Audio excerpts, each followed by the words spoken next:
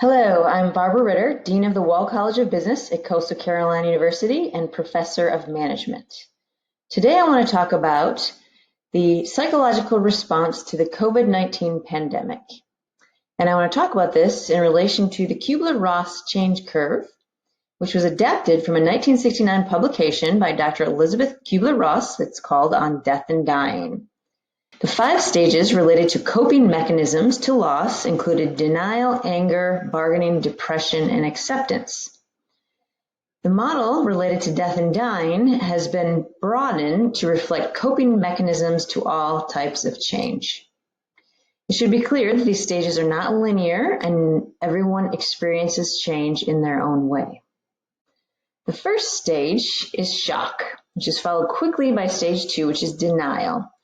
Overall, this period is best termed panic, and this is where we purchase not only all of the face masks and the hand sanitizer, but also all of the toilet paper and paper towels.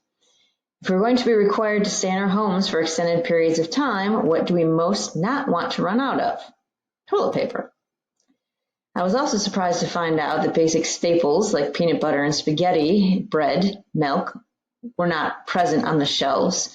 But of course, these are great comfort foods that in our shock will make us feel better. Stage 3 is frustration. When panic subsides, enter frustration. Now, going into week 3 and 4 of the new situation, I find myself entering the frustration stage. Here I am at home, trying to adjust to my new work environment, watching a 15-month-old and homeschooling my kids in 3rd and 5th grades, while adjusting to everything we normally do in a physical workspace to my home workspace.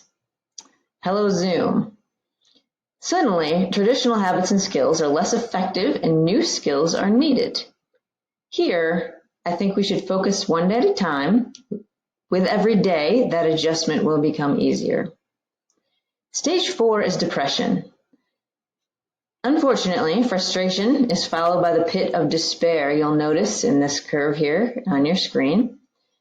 The adrenaline rush of the new scenario is over. We realize this may be a long-term change, and performance and morale are at their lowest.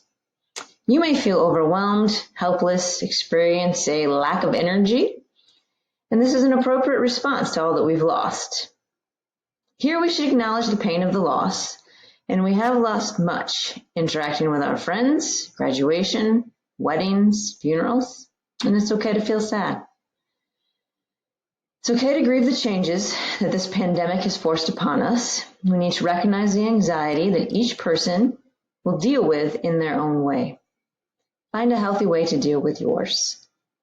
Because of the uncertainty of the current situation, with no set idea of how long social distancing and stay-at-home orders could last, it's important to stay in the present, to control the controllables, and do your best to turn your anxiety into productive anxiety. Stage 5 is experimentation. Realization dawns that this change could be here to stay for some time, and people start to adapt to the new reality. We begin to think about possibilities and opportunities. Anxiety is still present, but energy is put toward experimenting with how to work with this change and make the best of it. Finally, we enter into decision and integration, where we decide to commit to the change and our behavior normalizes, new habits start to form, and the new reality becomes our norm. Here we may feel things like acceptance and hope, and that would be the final stage of the Kubler-Ross change model. Personally, I hope the integration phase is short-lived before we all get to go back to the process of adjusting to our in-person education and work spaces. No matter which stage you're in and where you find yourself psychologically right now, I hope that you are taking care of yourself both mentally and physically, and know that no matter how you're feeling, frustration, depression, acceptance, or hope, all of these feelings are normal and no one person will experience this event the same. You may cycle quickly through each phase on a seemingly daily basis, or you may jump from frustration to acceptance and back again.